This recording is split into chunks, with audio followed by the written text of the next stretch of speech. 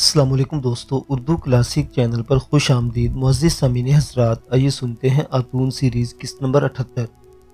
معزز سامعین، آپ سے امید کی جاتی ہے کہ ویڈیو کو لائک کریں اور چینل کو بھی سبسکرائب کر لیں، شکریہ۔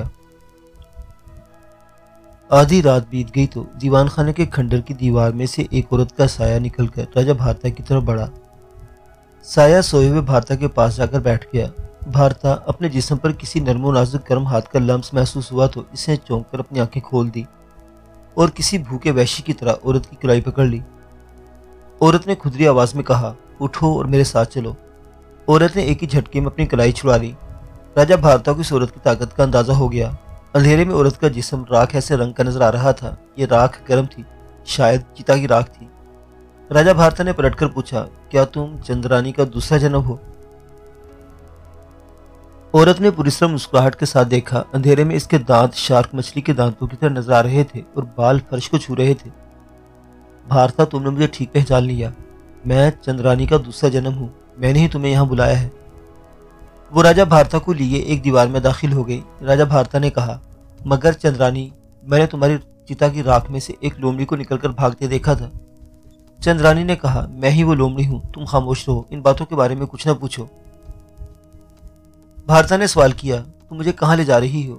ہم ایک تاریک سرنگ میں سے کیوں گزر رہے ہیں شاید؟ ہاں، چندرانی نے کھدری سرگوشی میں کہا، یہ زندگی کی سرحد سے پار، موت کی سرحد سے بھی آگے، کام دیو سنسار کی سرنگ ہے۔ چندرانی نے راجہ بھارتا کو ہاتھ پکڑ رکھا تھا۔ اس کا ہاتھ چتا کی راکھ کی طرح گرم تھا۔ جو وہ آگے بڑھ رہے تھے، ہلکی ارغوانی رنگ کی روشنی کا غبار پھیلتا جا رہا تھا۔ فضا میں عود اور لبان کی ہیجان خیز مہک رچنے لگی تھی۔ آگے جا کر سرنگ کافی فراخ اور اونچی چھت والے کمرے میں داخل ہوئی تو راجہ بھارتا نے دیکھا سیاہ فرش کے ستونوں کے ساتھ عورتوں کے مجسمے رقص کے انداز میں کھڑے تھے۔ ہلکی ارغوان روشنی میں ان مجسموں کے راکھ ایسے بدن لو دیتے دکھائی دیتے تھے۔ تعجب کی بات یہ تھی کہ ان میں سے ہر مجسمے کے پاؤں میں ہڈیوں کا ایک انسانی ڈھانچہ پڑا تھا۔ چندرانی راجہ بھارتا کا ہاتھ تھام کر کمرے کے وسط میں لے گئی، جہاں باسی پھولوں کا فرش بچھا تھا اور کچھ مٹکے پیالے پڑے تھے۔ چندرانی نے راجہ بھارتا سے کہا، ابھی آدھی رات کا گجر بجے گا، پھر یہاں ایک کھیل ہوگا، کامدیو کی رہس ہوگی، تم اس میں شامل نہیں ہو سکو گے۔ کیوں؟ راجہ بھارتا نے پوچھا۔ چندرانی نے راجہ بھارتا کا ہاتھ دبایا، یہ تمہیں بعد میں بتاؤں گی۔ ارغوانی روشنی مدھم ہونے لگی، فضا میں عود اور لبان کی تیز بو پھیل گئی اور کسی جانب سے گجر کی آواز سنائی دی۔ چندرانی نے راجہ بھارتا کا ہاتھ چھوڑ کر باسی پھولوں کے فرش پر رقص کرنے لگی۔ نہ جانے کدھر سے کھڑتالوں، مجرنگ اور مجیروں کی آوازیں آ رہی تھی۔ راجہ بھارتا چشم حیرت سے سب کچھ دیکھ رہا تھا۔ اس کی نظروں کے سامنے ستون والی عورتوں کے مجسموں میں حرکت پیدا ہوئی اور وہ رقص کرتی ایک ایک کر کے اپنے ستونوں سے الگ ہو گئی اور چندرانی کے گرد دائرہ بنا کر رقص کرنے لگی۔ کسی نے راجہ بھارتا پر نگاہ نہیں ڈالی تھی۔ رقص کی لے تیز ہوئی تو ایک بار پھر گجر کی آواز گونجی۔ دیواروں کے سنگین در کھل گئے اور ارغوانی دھند اور لبان کی راکھ ایسی لہروں میں راجہ بھارتا نے سیاہ مردوں کو رقص کرتے نمودار ہوتے دیکھا۔ پھر وہ جوڑوں کی صورت میں رقص کرنے لگے۔ چندرانی جس مرد کے ساتھ رقص کر رہی تھی وہ ایک بن مانس کی شکل کا دیونما راکشس معلوم ہو رہا تھا۔ رقص ختم ہوا تو ہر طرف کہکوں کی آوازیں گونجنے لگی اور مٹکوں کے منہ کھل گئے۔ پھر وہ مدرا کے مٹکوں پر آن گرے اور دیکھتے ہی دیکھتے مشروب کے بھرے مٹکے خالی ہو گئے اور ایک ہنگامہ بپا ہو گیا جس میں وحشیانہ کہکے اور چیخیں بلند ہونے لگی۔ اس عالم سرمستی میں کسی نے راجہ بھارتا کا بازو پکڑ کر زور سے اپنی طرف کھینچا۔ راجہ بھارتا ایک عورت کے پاس گر پڑا۔ یہ چندرانی تھی۔ اس کی آنکھیں انگاروں کی طرح سرخ ہو رہی تھی۔ اس نے لومڑی کی طرح غراتی آواز میں کہا، تم ویناشی کے نہیں ہو، تم میرے ہو، میرے ساتھ ادھر چلو۔ راجہ بھارتا کو پہلی بار چندرانی کا چہرہ ایک خونخوار لومڑی کا چہرہ نظر آیا۔ اس کے بازو میں غضب کی طاقت آ گئی تھی اور راجہ بھارتا کو کھینچتی ایک طرف لے گئی۔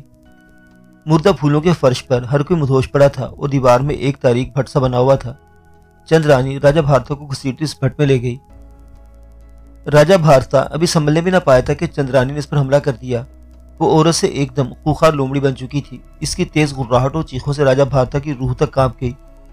وہ راجہ بھارتا کے جسم پر تیز پنجے مار رہی تھی، اس کی گردن کو اپنے نکیلے دانتوں سے دبوچنے کی کوشش کر رہی تھی۔ راجہ بھارتا نے اس کی گردن قابو کر لی۔ وہ نڈھال ہوگی مگر اس نے لومڑی کی گردن نہ چھوڑی۔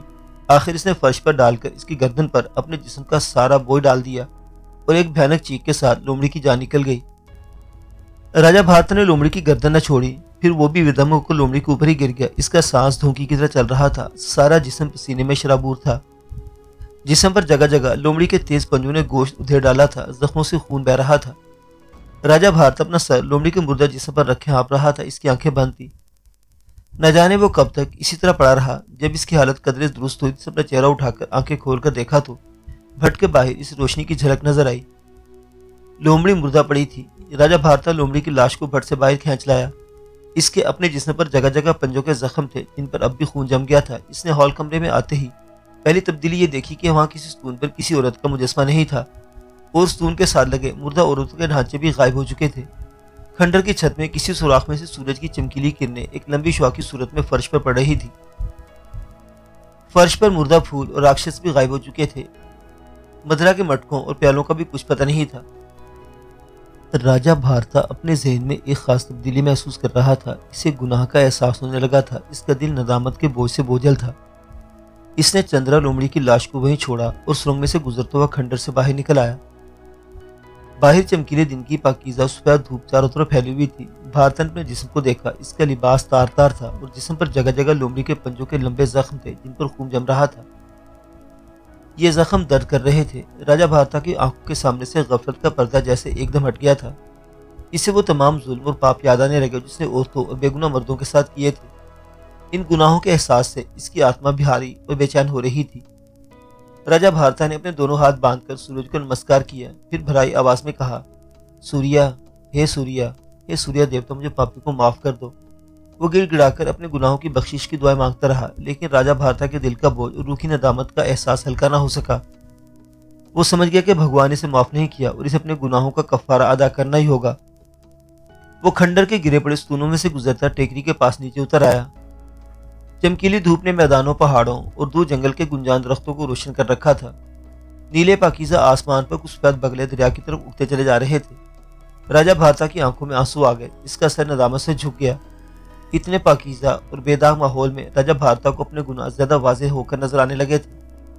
وہ ٹوٹے ہوئے دل کے ساتھ جنگل کی طرف چل نکلا۔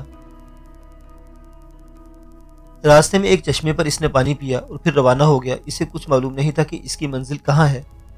اسے اپنی ہمدرد مایا اور پدم ناگ بہت یاد آ رہے تھے۔ وہ جانتا تھا کہ مایا اور پدم ناگ کا پوتر دنیا یعنی آکاش اور زمین کے درمیان جو نیم آسمانی دنیا آباد ہے اور جہاں دیوی دیوتا رہتے ہیں وہاں بسیرا ہے، اس لیے وہ اس کے پاس نہیں آئیں گے۔ جب سے وہ گناہ کی دلدل میں پھنسا تھا، یہ پوتر ہستیاں یعنی غیبی دیوی مایا اور پدم ناگ اس سے کنارہ کش ہو گئے تھے۔ جنگل ہی میں چلتے چلتے راجہ بھارتا کو رات ہو گئی۔ اس نے راہ میں گرے پڑے کچے پکے جنگلی پھل اٹھا کر کھائے، بھوک مٹائی اور ایک درخت کے نیچے مراقبے میں بیٹھ گیا، لیکن اس کی توجہ بار بار متاثر رہی تھی۔ اس کے شعور کے پردے پر اس کے گناہ کی تصویریں پھرنے لگی۔ راجہ بھارتا نے چیخ مار کر آنکھیں کھول دی۔ وہ اپنے گناہوں کو دوبارہ نہیں دیکھ سکتا تھا۔ وہ کیسے دیکھتا کہ بے گناہ عورتوں کو قتل کر رہا ہے، ان پر بھیانک تشدد کر کے انسانیت کا خون بہا رہا ہے۔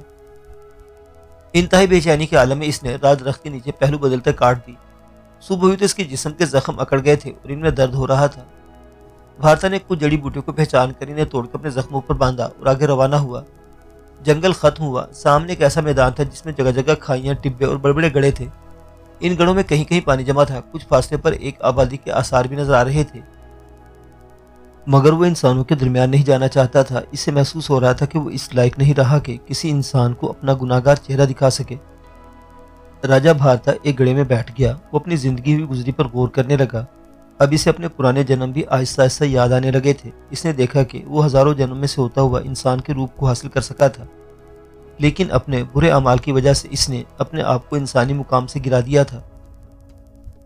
راجہ بھارتا کے زخموں سے ٹیسیں اٹھ رہی تھی۔ جڑی بوٹی سے کوئی فرق نہ پڑا تھا۔ وہ سمجھ گیا کہ یہ اس کے برے کاموں کا سزا ہے جسے بھگتنا ہوگی اور شاید یہی اس کا کفارہ ہو۔ سارا دن بھارتا گھڑے میں پڑا رہا۔ پیاس لگتی تو اٹھ کر تالاب سے پانی پی لیتا۔ رات ہو گئی۔ راجہ بھارتا نے شہر کا رخ نہ کیا اور وہیں پڑا رہا۔ دوسرے دن زخموں کا درد ناقابل برداشت ہو گیا تھا۔ راجہ بھارتا زخموں کو دھونے لگا تو یہ دیکھ کر اس کی چیخ نکل گئی کہ اس کے سارے زخموں میں کیڑے پڑ چکے تھے۔ چھوٹے چھوٹے لمبوترے سیاہ اور نسواری رنگ کے ہزاروں کیڑے اس کے زخموں میں رینگ کر اس کے جسم کا گوشت کھا رہے تھے۔ اس نے کچھ کیڑوں کو بڑی مشکل سے زخموں سے نکالا، لیکن اگلے روز زخموں میں اس سے بھی زیادہ کیڑے پیدا ہو چکے تھے۔ اب ان زخموں سے بدبو بھی آنے لگی تھی۔ راجہ بھارتا نے اپنی آنکھیں بند کر لی۔ اس کا عذاب شروع ہو گیا تھا۔